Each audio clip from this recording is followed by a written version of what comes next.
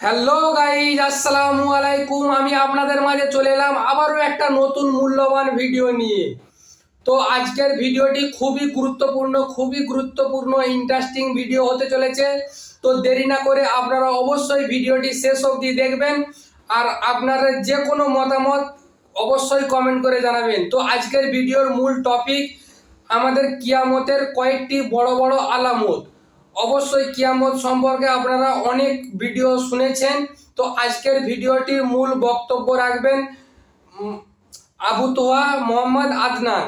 আজকের এই কিয়ামতের ভয়াবহ বর্ণনাটি আপনাদের মাঝে তুলে ধরবেন আবু তোহা মোহাম্মদ আদনান। তো আর ভিডিওটি অবশ্যই দেরি না করে চলুন ভিডিওটি শুরু করব। তো শুরু করার আগে আপনারা যদি আমাদের চ্যানেলে প্রথম হয়ে থাকেন অবশ্যই চ্যানেলটিকে সাবস্ক্রাইব করে আমাদের পাশে থাকবেন নিত্য নতুন ভিডিওগুলি পাওয়ার জন্য। চলুন ভিডিওটি স্টার্ট করি। নবীজি বলছেন, যখন দেখা যাবে সমাজের সবচেয়ে দরিদ্র শ্রেণীর মানুষ, স্যান্ডেল কেনার টাকা ছিল না, কাপড় পরার টাকা ছিল না, এই শ্রেণীর মানুষ রাখাল মানে গরু ছাগল চড়াতো, এই শ্রেণীর মানুষ উঁচু উঁচু অট্টালিকা নির্মাণের প্রতিযোগিতা করবে। ভালো করে বোঝেন, নবীজি বলছেন না ধনীরা, সমাজের ধনীরা অট্টালিকা নির্মাণের প্রতিযোগিতা করবে। নবীজি এই কথা বলছেন না হাদিসে। নবীজি বলছেন সবচেয়ে দরিদ্র শ্রেণীর মানুষ, রাখাল শ্রেণীর মানুষ, স্যান্ডেল নাই, গায়ে জামা নাই, এরা উঁচু উঁচু অট্টালিকা নির্মাণের প্রতিযোগিতা করবে। ভিডিওটি আপনারা অবশ্যই শেষ অবধি দেখুন। করছে কিনা? কিভাবে সম্ভব এই শ্রেণীর মানুষের অট্টালিকা নির্মাণ না, নির্মাণের কম্পিটিশন করা কিভাবে সম্ভব? এক, সুদের মধ্য দিয়ে; দুই, করাপশন দুর্নীতির মধ্য দিয়ে; তিন, অন্যের সম্পদ আত্মসাৎ করার মধ্য দিয়ে। এই সমস্যাগুলো চলছে কিনা সমাজে? এরাই যখন 10-20 তলা বিল্ডিং উঠাবে তখন তো আর মানুষকে মানুষই মনে করবে না। বুঝতে পারছেন না মনে হয়? এদের তো কোনো পড়াশোনা নাই, কোনো ব্যক্তিত্ব নাই, কোনো দিনই এলেম নাই, রুচিবোধ নাই, কালচার না, সামাজিক না, এর তো মানে অসামাজিক। এরা যখন, এদের হাতে যখন আপনি সম্পদ চলে যাবে, এরা তো সাধারণ মানুষকে মানুষই মনে করবে না, গরিব মানুষকে কিছুই মনে করবে না, ও মনে করবে আমি সব কিছু। আমরা দেখেছি যার একটা বাড়ি আছে ঢাকায়, ও মানুষকে মানুষই মনে করে না, মানুষকে মানুষই মনে করে না, যে মনে করে আমি শহরের মালিক। হ্যাঁ, কি একটা অবস্থা মানুষের মধ্যে, যে কি অহংকার, কি আত্ম অহংকার, এই দালান কোঠার যে অহংকার, এই সমস্যাগুলো হলে আল্লাহ ভূমিকম্পতে ধসায় দিবেন না? দেখেন নাই কয়দিন আগে কি হলো? গতকালকে যে কোটিপতি ছিল তার পরের দিন রুটি নিয়ে দাঁড়ায় আছে, গতকালকে আইসক্রিম বিক্রি করেছে নাচানাচি করে, তারপরের দিন বসে আছে, কিচ্ছু নাই। আল্লাহ পাক এই পাপগুলা দেখে সবর করেছেন, ধৈর্য ধরেছেন, ধৈর্য ধরে এক সময় যখন আল্লাহ পাকের আযাব চলে আসছে একবারে সব সমূল উৎপাদিত হয়ে গেছে। আমরা তো কারো দুঃখে খুশি না, বরং এগুলো সারা দুনিয়ার মুসলমানদের জন্য শিক্ষা। সারা দুনিয়ার মুসলমান যে যেখানে আছি আমাদের সবার জন্য এটা শিক্ষা। এই পাপগুলোতে আমরা লিপ্ত হই, আল্লাহ পাক ছাড় দিলেও ছাড়বেন না। আল্লাহ পাক ছাড় দিবেন কিন্তু ছাড়বেন না। মানুষের মধ্যে এখন সম্পদের যে অহমিকা, গরিব মানুষকে মানুষই মনে করে না, খেটে খাওয়া মানুষকে মানুষই মনে করে না, রিক্সাওয়ালা যারা নিম্নবিত্ত, নিম্ন মধ্যবিত্ত, চা বিক্রি করে, পানের দোকান করে, হালাল খায়, কৃষক, এই মানুষগুলোকে এখন বড় লোকরা মানুষই মনে করে না। জাকাত তো দেয়ই না, জাকাত তো তার উপরে ছিল ফরজ, ওই জাকাত তো দেয়ই না যে এই খাবার তার কাছে পৌঁছাবে। উল্টা কিভাবে তাদের সম্পদ লুটে পুটে খাওয়া দেয় সেই বুঝ। আবার দিলেও যে কত শর্ত, বাপরে বাপ। তো কিছুটা মনের কষ্ট থেকে বললাম কথাগুলো আর কি, যে আসলে আপনি যখন কোরআন এবং সুন্নাহর জ্ঞানী হবেন না, তখন অন্যকে সম্মান দিতে পারবেন না। আমরা বড় বড় স্লোগান দিই যে অমুক অমুকের সেবক, অমুক অমুকের সেবক, আসলে সেবা সত্যিকার অর্থে করছি? আল্লাহ পাক তার রাসূলের মাধ্যমে জানিয়েছেন, এই হাদিসটা একটু শোনেন তারপর সামনে যাই। আল্লাহ পাক তার রাসূলের মাধ্যমে আমাদেরকে জানিয়েছেন, শোনো, আলা কুল্লুকুম রাইন, তোমাদের প্রত্যেকে হচ্ছে দায়িত্বশীল, তোমাদের প্রত্যেকেই দায়িত্বশীল। কেউ পরিবারের দায়িত্বশীল, কেউ ব্যবসা প্রতিষ্ঠানের দায়িত্বশীল, কেউ তোমার চাকরির প্রতিষ্ঠানের দায়িত্বশীল, কেউ সামাজিক দায়িত্বে আছো, কেউ প্রশাসনে, কেউ পররাষ্ট্র ইত্যাদি। তোমাদের প্রত্যেকেই দায়িত্বশীল। কুল্লুকুম রাইন ওয়া কুল্লুকুম মাসউলুন আন রাইয়াতিহি, এবং তোমাদের প্রত্যেককে যার যার দায়িত্ব সম্পর্কে আল্লাহ কিয়ামতের মাঠে জিজ্ঞাসা করবে। আমরা কি উত্তর দেওয়ার জন্য প্রস্তুত আছি ভাই? সবার আগে আমি দেখি, আমি আমার উপর দায়িত্বশীল না? মনে করেন আমি বা আমাদের মতো যারা আছেন, যারা দায়ী ইলাল্লাহ, আলেম ওলামা, যারা উম্মার জন্য ভালো চিন্তা করেন, জনগণকে পথ দেখানোর চেষ্টা করেন, তাদের উপর সবচেয়ে বড় আমানত হচ্ছে কোরআন এবং হাদিস। তাদের উপর সবচেয়ে বড় আমানতটা কি? কোরআন এবং সুন্নাহ। এই জ্ঞানটাকে সত্যটাকে স্পষ্ট করে দেওয়া, এইটার আলোকে সত্য মিথ্যাকে স্পষ্ট করে দেওয়া। আলহামদুলিল্লাহ, কতজন মানুষ এই কাজটা করতেছে? খুবই কিয়ামতের খুবই গুরুত্বপূর্ণ। কেউ হিকমার দোহাই পেরে সত্য মিথ্যা স্পষ্ট করে না, কেউ চাকরি চলে যাবে এই ভয় সত্য কথা বলে না, কেউ আমার এই হবে সেই হবে কত কিছু চিন্তা করে সত্যের সাথে মিথ্যা তালগোল পাকায় সময় পার করতেছে। ওয়াজ মাহফিল বাংলাদেশের দিন প্রচারের একটা অন্যতম প্ল্যাটফর্ম। এই সারা দেশে মনে হয় প্রতিদিন 100-200 মাহফিল হয় কি না? কিন্তু আপনি দেখবেন প্রচুর মাহফিল অহেতুক গাল গল্প কেচ্ছা কাহিনী, টাইম নষ্ট করে। হয়তো একজন আয়োজন করেছে, ওদের টার্গেট আমি টাকা কালেকশন করব, আর বক্তাও এখানে সুযোগ নেবে, কালেকশনে এত % আমার, ঠিক আছে? তারপরে জনগণও আসবে, কেউ আসছে ভিডিও করছে, কেউ সেলফি উঠাইতে, কেউ এইটা কেউ সেইটা, ওদিকে চানাচুর খাচ্ছে, ওদিকে মেলা লাগছে, এরকম দেখেন। এক একজন এক এক উদ্দেশ্য। আসলে উদ্দেশ্য কি আমার এখানে? উদ্দেশ্য হবে আমি আল্লাহর দ্বীনের সত্য কথাগুলো কোরআন সুন্নাহর মানদণ্ডে যাচাই বাছাই করে যুগোপযোগীভাবে জনগণের বুঝ অনুযায়ী তাদেরকে বুঝিয়ে দিয়ে আসবে। জনগণ কি করবে? অডিয়েন্স, তারা এখানে আসবে একটা নিয়াতে, আমরা কোরআন সুন্নাহ শুনবো, কোরআন সুন্নাহর কথাগুলোকে মেলাবো, যাচাই করব, যদি কোরআন সুন্নাহর সাথে মিলে যায় আমি গ্রহণ করবো। যদি বক্তার কথা কোরআন সুন্নাহর সাথে না মেলে আমি নিব না। আমি কেন, যত বড়ই বুজুর্গ বক্তা আসুক না কেন, আলেম আসুক না কেন, কোরআন সুন্নাহর সাথে যদি তাদের কথাগুলো মিলে না যায় সেই কথা কখনোই আপনি গ্রহণ করবেন না। করবেন? কখনো কখনো কেউ অজ্ঞতাবশত এমন কথা বলতে পারে যেটা কোরআন সুন্নাহয় নাই। এটা যদি অজ্ঞতাবশত হয় তাহলে সে জ্ঞান অর্জন করলে আপনাকে শুধরে দিবে ইনশাআল্লাহ। আর যদি কেউ ইচ্ছা করে এগুলো করে তাহলে আপনার উপর দায়িত্ব হচ্ছে কোরআন সুন্নাহর মানদণ্ডে যাচাই করে তার কথা গ্রহণ করা। এই কাজটাই বা কয়জন করে?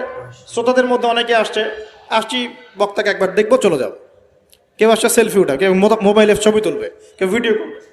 প্রতিটা কাজের উদ্দেশ্য কি? আমাদের দিনই কাজের উদ্দেশ্য হবে এই কাজগুলোর ওসিলায় পরকালে আল্লাহর নাজাত যেন পাই ইনশাআল্লাহ, এবং দুনিয়াতে আল্লাহর দিন যেন এগিয়ে যায়, উপকৃত হয়। আর রিজিক, টাকা পয়সা, উন্নয়ন সবকিছু আল্লাহ পাকে দিবে ইনশাআল্লাহ। আল্লাহ দিবেন না? ইসলামপন্থীদের হাতেই সবচেয়ে বেশি রিজিক থাকবে ইনশাআল্লাহ, ইসলামপন্থীদের হাতেই সবচেয়ে বেশি সচ্ছলতা থাকবে ইনশাআল্লাহ। আর আগামীতে যে দিন আসতে যাচ্ছে, যে অর্থনৈতিক সংকটময় বিশ্ব আসতে যাচ্ছে, এই সময় যে কোরআন সুন্নাহর আলোকে ইকোনমিক্স ঢেলে সাজাবে সেই পার পাবে, অন্য কেউ পার পাবে না। বিশ্বাস করছেন না? দেখে নিয়ে যাকাত যদি এখনো চালু না হয় তাহলে গরিব মানুষের পেটে এবার লাথি মারা হবে সামনে, দেখে নিয়ে। যাকাত চালু করতে হবে। খালি কোটি কোটি টাকা প্রতি মাসে মাসে কামাই করব, যাকাত দিব না, এটা বাদ দিয়ে দেন। যাকাত যে দিবে না সেও বিপদে পড়বে, যাকাত যাকে দেয়া হবে না তারও অর্থনৈতিক মন্দা শুরু হয়ে যাবে। যাকাত আল্লাহ পাক দিয়েছেন কোরআনের। কোরআনের অর্থনীতি মানে যাকাত, কোরআনের অর্থনীতি মানে ব্যবসা, কোরআনের অর্থনীতি মানে সাদাকা, কোরআনের অর্থনীতি মানে কৃষিভিত্তিক অর্থনীতি। এই পুরো বিষয়গুলোর মধ্যে সারা বিশ্বের অর্থনীতি পড়ে যায়। কিন্তু এখন আমরা এগুলো সব না হলেও অনেকগুলো অংশ সরিয়ে দিয়ে সুদ চালু করে এটা দিয়ে খাচ্ছি আর কি। সুদের পরিণাম ধ্বংস হবেই হবে, আজ হোক আর কাল হোক সুদ ধ্বংস হবেই হবে। সারা দুনিয়া এখন দেখছে যে সুদ কিভাবে ধ্বংস হয়, সারা দুনিয়া এখন দেখছে সুদ কিভাবে ধ্বংস হবে। মনে রাখবেন, এর ফলে শুধু এক শ্রেণীর মানুষই লাভবান হবে। কোন শ্রেণী? যারা বুর্জোয়া শ্রেণী, যারা পুঁজিবাদী শ্রেণী, যারা ধনিক শ্রেণী, যাদের হাতে সম্পত্তি কুণ্ঠিগত থাকবে, এরা হয়তো পার পেয়ে যাবে এই দুনিয়াতে। কিন্তু মধ্যবিত্ত শ্রেণী আর নিম্ন মধ্যবিত্ত শ্রেণীর জীবনে এমন দুর্ভোগ নেমে আসবে সামনে, দেখে পরিণতি হচ্ছে সুদের পরিণতি মানেই ধ্বংস। সুদ যখন চালু হবে তখন আল্লাহ পাক কোরআনে বলছেন, ও যে ব্যক্তি সুদ খেলো সে যেন আমার এবং আমার নবীর সাথে যুদ্ধ করলো। আর একটা বলি তাহলে বুঝবেন, সূরা বাকারায় 279-80 এই আয়াতগুলোর দিকে আছে, 79-81। আল্লাহ পাক বলছেন ইয়া আইয়ুহাল্লাযীনা আমানু, হে মুমিনগণ, ইত্তাকুল্লাহ, তোমরা আল্লাহকে ভয় করো। আল্লাহর কথা সহজ না? তোমরা আল্লাহকে ভয় করো। ওয়াযারু মা বাকিয়া মিনার রিবা, সুদ ছেড়ে দাও। সুদের অবশিষ্ট অংশ ছেড়ে দাও মানে সুদ ছেড়ে দাও। ওয়া ইল্লাম তাফআলু, যদি তোমরা সুদ না ছাড়ো, ফাআযানু বিহারবিন মিনাল্লাহি ওয়া রাসূলিহি, তাহলে আল্লাহ এবং তার রাসূলের সাথে যুদ্ধের ঘোষণা শুনে রাখো। কার কথা এটা? আমি বানিয়ে বললাম? আপনার কিতাব। এই কিতাব আপনার বাসায় নাই? আপনি কি এই কিতাবের জন্য জীবন দিতে চান না? যখন এই কিতাবকে কেউ অবমাননা করে, আপনার তো গা জ্বলে, হৃদয় রক্তক্ষরণ হয়। মাশাআল্লাহ। কয়দিন আগে ওই যে সুইডেন না ডেনমার্ক, হ্যাঁ, আমি নামও ভুলে গেছি, ভুলে যাওয়াই ভালো, এগুলো মনে রাখাই খারাপ। কারণ এদেরকে মনে রেখে কি হবে? শুধু প্রথম কথা হচ্ছে যে ওই পশ্চিমা সভ্যতার মধ্যেই যারা বাক স্বাধীনতার কথা বলে, ব্যক্তি স্বাধীনতার কথা বলে, আর তাদের বাক স্বাধীনতা মানে হচ্ছে ছেলে ছেলে বিয়ে করতে পারবে, এটা ব্যক্তি স্বাধীনতা। আর বাক স্বাধীনতা মানে ইসলামের বিরুদ্ধে যা ইচ্ছা তাই বলতে পারবে, ইসলামের বিরুদ্ধে যা ইচ্ছা তাই বলতে পারবে, এটা হচ্ছে বাক স্বাধীনতা।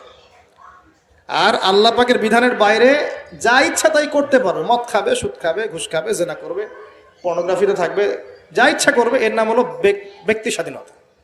এটা ওরা বিশ্বাস করে। তো সেখানে কোরআনকে অবমাননা করেছে, কোরআন পুড়িয়ে দিয়েছে, আপনারা দেখেছেন তো, তখন আপনার খারাপ লাগে নাই? একটু খারাপ লাগে নাই ভাই? কষ্ট হয় নাই? যদি সে আপনার ছেলে হতো, আপনি কি করতেন বলেন? আপনার ছেলে যদি কোরআন পুড়িয়ে দিত, কি করতেন?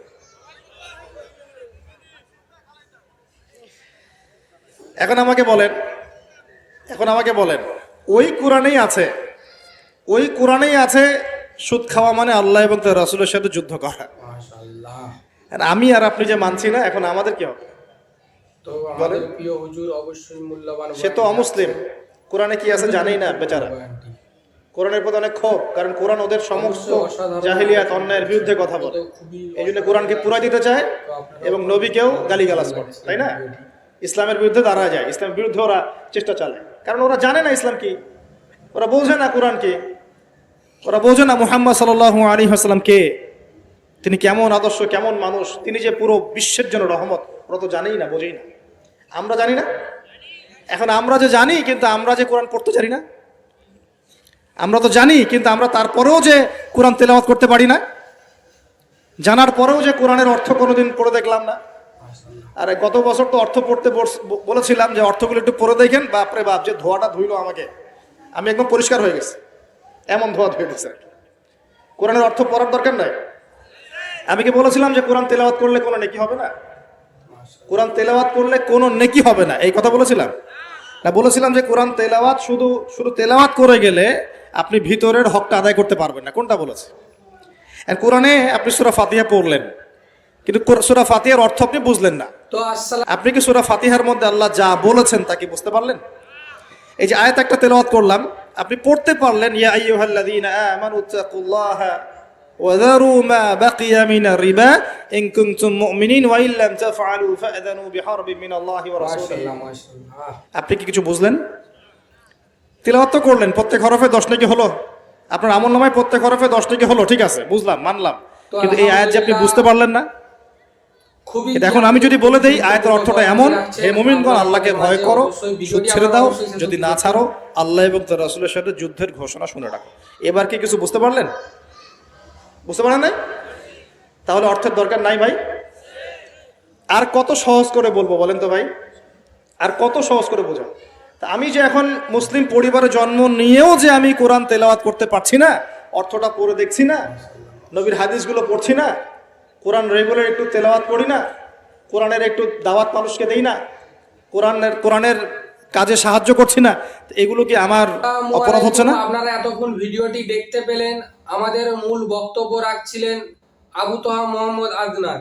কিয়ামতের ভয়াবহ কয়েকটি আলামতের মধ্যে কিছু আলোচনা করলেন। তো অবশ্যই ভিডিওটি আপনাদেরকে কেমন লাগলো আপনারা অবশ্যই কমেন্ট করে জানাবেন। আর আপনারা যারা আমাদের চ্যানেলটি এখনো সাবস্ক্রাইব করেননি, অবশ্যই আমাদের চ্যানেলটি সাবস্ক্রাইব করে দিবেন আমাদের পরবর্তী ভিডিওগুলি পাওয়ার জন্য। ভালো থাকবেন, সুস্থ থাকবেন।